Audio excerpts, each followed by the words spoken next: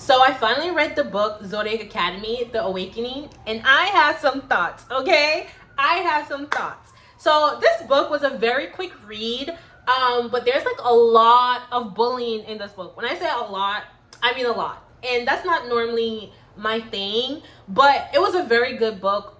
Other than that, and also it is a series. I think there's like a total of like 9 books in like the main series, and like 20 books overall in like the world of like the Solaria or like whatever it's called. So I was just like, you know what? Let me stick it out. Hopefully it'll get better as the series progresses. So, anyways, this series, it follows 2 twin girls, Tori and Darcy Vega. They grew up in Chicago. They're orphans in the foster care system. And when they turned 18, they found out that they're actually from a mirror world called Solaria, and they're actually fae princesses. Turns out like they are changelings. So in our world, in Chicago, their parents died in a fire and they were the only sole survivors. But with the new knowledge of them being changelings, we find out they were actually swapped with those kids. And they actually are the daughters of the fallen king and queens of Solaria. And their parents did that to protect them, or their mom did that to protect them, because we found out that the dad was actually like the mad king or something. Like he was terrible. So anyways, they found out that they belong to this world. And, at first they didn't really believe everything, because, you come to people and talk about vampires, werewolf, all these things exist. They were like, But being the fact that they're orphans and in the foster care system, and the fact that they hear, inheritance, they were like, sign me up. Let me just see what this is about. So, boom. They got transported to Zodiac Academy. And here they found out that in order to get their inheritance, they would actually have to graduate and make it. They have to prove their worth basically in order to get their inheritance. So they quickly found out that let me not say everybody. Most people hate them, especially the heirs. I don't know why that word is kicking my ass. But anyways, since their parents died, the 4 strongest families, I guess, decided to rule together. So the heirs are the sons of the 4 families, and they're supposed to be the next generation to rule. But with the arrival of the twins, obviously that's threatened because they're the rightful heir. But in this world, yes, that matters, because that's their birthright. But in this world, they value power. So even if something is your birthright, you have to prove that you're the most powerful, right? And given the fact that they grew up in the mortal realm, they don't really know what their powers are, how to harvest it. They're not at their full potential yet because they didn't grow up in that world. They haven't practiced. So, boom. They come to Zodiac Academy, and first off, as soon as they got there, they are thrown in to the I think it's the Awakening, where they discover what elemental powers that they have. So think Avatar, fire, earth, wind, and air. So everybody in this world, the fays, they all have at least one elemental power, but some people may have more than one. They may have 2. It's rare to have 3 and 4, right? So they're all in a circle, the freshmen. They're all in a circle. And the principal, she was like, all right, put y'all heads up. And then she said some words in Latin or some other language. And was like, I call on the power of say wind, right? The element of wind. So if you feel wind around you or on your skin, that means that's your power, right? So she said that, they feel that, boom, they have wind element power, right? So she did it again for water, air, and fire. They felt all 4. So they have all 4. So obviously now everyone hates them even more, or should I say most people hate them even more, especially the air, because it's very rare to have all 4. I don't think anyone else, at least to this point in the story. We don't know if anyone else that had all 4. So now everyone is just like, you know? So everyone in this book, down to the teachers, bully these girls.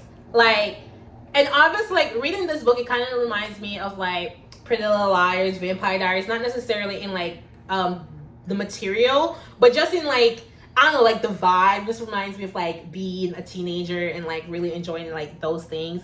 And it wouldn't be one of those type of things if the adults weren't useless, you know? But, like I said, because this world is basically, like, very, like, power, it's like, based on who's, like, have the most power. So, because the heirs feel threatened by the arrival of them and they hate them, basically, they tried everything in their power to kind of break them so they would leave. And because they're supposed to be the next kings, nobody wants to do anything that would, like, upset them, because they're the most powerful and also they're the future kings. So nobody wants to be on the bad side of the future kings, right? Right. So yeah, so they just, throughout the whole book, they're just torturing the girls. And no one is protecting them for real. Not the teachers. They're just on their own trying to navigate what this is. So we were introduced to Orion. He is a vampire and he's also one of the teachers there. He was actually the ones that were sent to find the girls.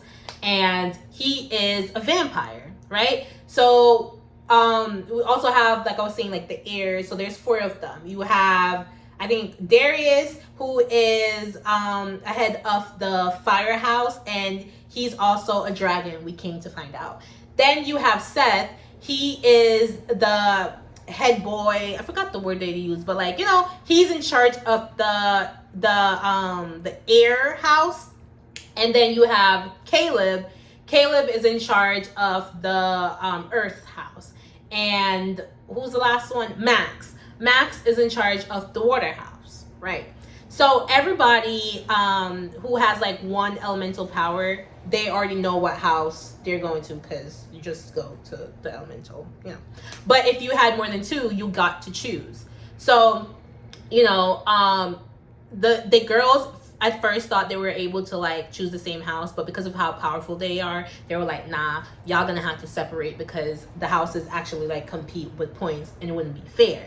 So the heirs try to, like, intimidate them to not join, like, I think Darius. But Tori, being the more, like, feisty twin, she was like, I'm choosing fire, right? And Darcy, she chose air.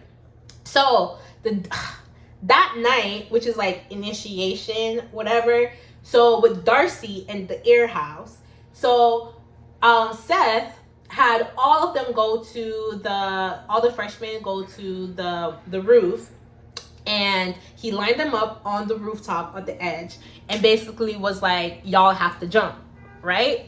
I think they had to do, like, 1-on-1.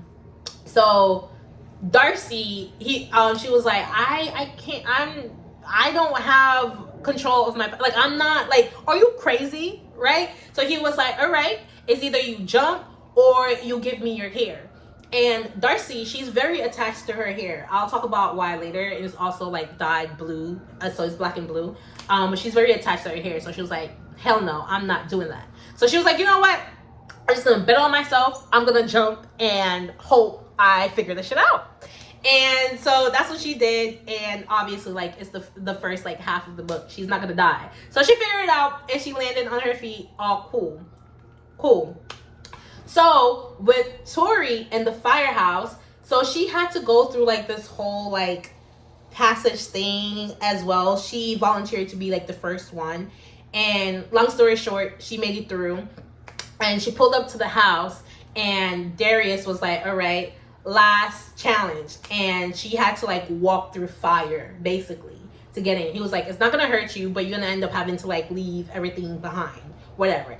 And she was like, that's fine, like, I'm an orphan, like, the only thing I have is the clothes on my back and my sister, so I don't care about leaving everything I know, you know. So she walked through the fire, and of course it was done to humiliate her. So she walked through and the fire burnt all her clothes, so she was butt naked, So being the champ that she was just like, I'm not gonna let y'all see me, falter. Like, okay, I'm butt naked, and what, And then she went to her room and cried, which is understandable. That's kind of embarrassing. But moving on, right? So in this world, yes, they also have like elemental powers, but they also have different orders. So by orders, like they're fae, and they have like subtypes, like like vampire, unicorn, werewolf, stuff like that. So every subtype is its own order, and the girls don't know what order they're in, so they were tasked that you have to like basically hang out with each order until you figure out what your order is. Also, in this world, not only vampires can do compulsion, like any fae can do compulsion, and because of that, most fae, they learn to like build up shields to block basic compulsion. But again, these girls grew up in the mortal world, so they don't know how to do that. So obviously, this is one of the ways that they use to bully them, by forcing them to do things that they don't want to do. And also, like, since they are so powerful, like I said, Caleb is a vampire, and so is Orion. So Caleb had claimed Tori as his source, and basically like imprinted it on her and was like, she is my source, none of y'all can suck from her, bite her. And Orion did the same thing to Darcy, right? So like I said, each subgroup or fae or whatever is like an order, and your order determines like how you replenish your magic. So with Caleb being a vampire, he replenishes his magic by drinking, and with Tori being so powerful, that's like, they always want to drink, or always want to use the most powerful. Vampires are always trying to find the most powerful source, or the most powerful fae to be their source.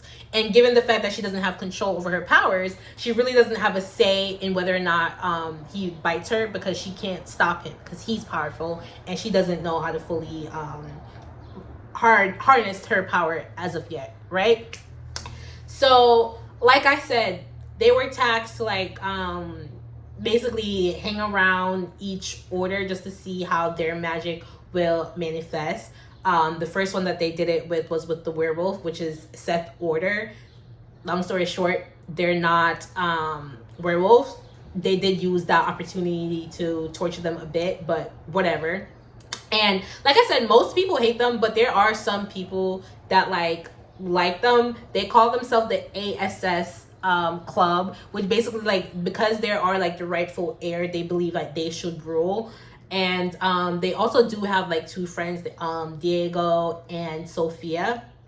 And one night they all four went out, and they end up at this place that actually, like, some of the teachers don't get me started on the teacher. Okay, Orion, I told you about him, the vampire that claimed Darcy as his source. You can already tell like him and Darcy are gonna end up together. Like, it's very predictable in that sense.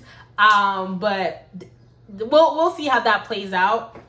I mean, technically she's 18, but it's still kind of like, because he is her teacher.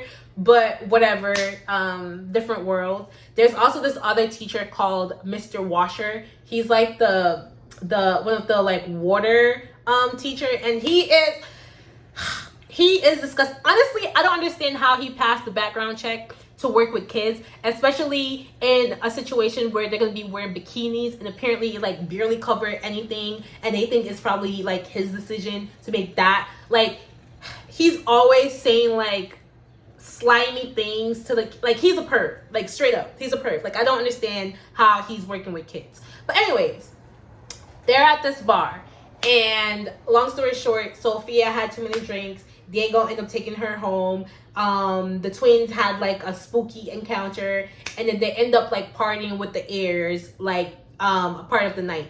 And Tori was dancing with Caleb and Darius, and Darcy danced with Seth. After this night, Caleb, was acting like he liked Tori, and they kind of hooked up a little bit. And Seth was acting like he liked Darcy. So there was this before I get there. So next order that the girls hung with was the sirens. So this is Mac's order, right? So Max is siren. So as a siren, he's able, like, the way he replenishes his magic is basically by feeding on other people's emotions. Like he eats, or like, yeah. So they were supposed to be working on, I think, on like happy memory, or like feeding on like happy memory. And after like they all like went into the water, whatever, like Tori and Darcy was left, and Max and like one of his buddies, they basically like cornered them and started feeding off them and asked them like their most tragic memory. So Darcy ended up telling this story about how she had met this guy who she thought really liked her. She ended up having sex with him, and then 3 seconds after she had sex with him, he broke up with her. And she got out there as soon as she can. Being as clumsy as she is, she ended up tripping and like scraped her knee. She got home, she felt like, very disgusted with herself. She felt like used, all these things. And she looked at her knee and was like, there is like a physical representation of my physical pain, but the emotional pain, like there's nothing. So she decided to dye her hair the color of the bruise to match that emotional pain, to always remind her like you can't trust people, So she dyed her hair black and blue. So that's why I said like, her hair was very important to her, right? So Tori, her most tragic memory was she was in a car with her ex-boyfriend, and he was driving crazy. And he ended up driving off the road and driving into water. And he was able to get himself free, and he just left her. He swam to shore safety and left her, and she thought she was gonna die. But thankfully, there was like someone like watching, or like someone saw and like dove in and saved her. So ever since then, she's been scared of water, and rightfully so. So after that, like they both felt like taken advantage of, like exposed, like they just exposed their deep, like it was just like very icky. And I think it was Darcy that was like, yeah, this is like my worst order, at least with the vampires, like what to expect, but like to feed off my emotions, like she was just like yuck, right? So after, like I had said, like after like the night out, Seth was like acting like he liked Darcy, Caleb acting like he liked Tori, and there was like this ball, or this party, I think it was a ball. And Seth had asked Darcy, and Darcy was just like, nah.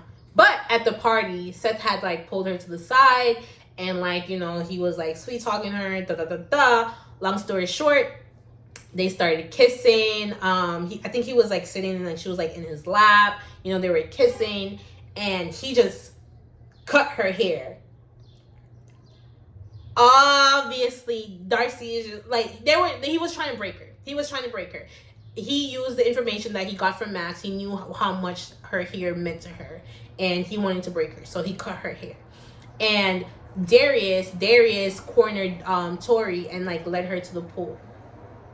And they all gathered there, like other kids, the other heirs, they gathered there. And he basically, like, they all basically forced her to like in the pool, which was like, I think like 5 meters deep. And she's scared of water, and they knew that, but they were trying to break her. So I think she ended up jumping, because other than that, they were gonna push her. So she ended up jumping in, and she was like fighting for her life. They even like put ice over it, so she couldn't escape. And thankfully Orion like came in and like put an end to it, and that's kind of where this book ends. But it was just it was like it was just like a very icky thing. All the bullying that was going on in the book, like I can't wait to read book 2, and I hope in book 2 we start seeing the twins being able to fight back, because it's just like, mind you, the whole time the twins kept saying, hey, I don't care about the throne. I don't care about none of it. Like, y'all can rule. Like, it's fine. Like, all we want is to just be here to harness our magic, learn more about it, and get our money. That's all we want. But for them, they're like, it's not the way of the Fae. So no matter that the fact that the twins say they don't want the power, they feel like if they have, especially because everything revolves around power, if they get the ability to harvest their power, like really grow into their power, they'll be the most powerful being, and they will want the power because it's just like the Fae way, and there's nothing like they could do about it. And for them, they're like, yes, even though technically you guys are like, it's your birthright or whatever, but like we were raised for this. We grew up in this. You guys know nothing about this world. How can y'all rule a world that you guys know nothing about? And obviously, like, there's like a lot I'm missing, but I'm just excited to start book 2. I'm excited to start book 2, and maybe I'll come back with like more thoughts on like book 1 or like book 2. We shall see.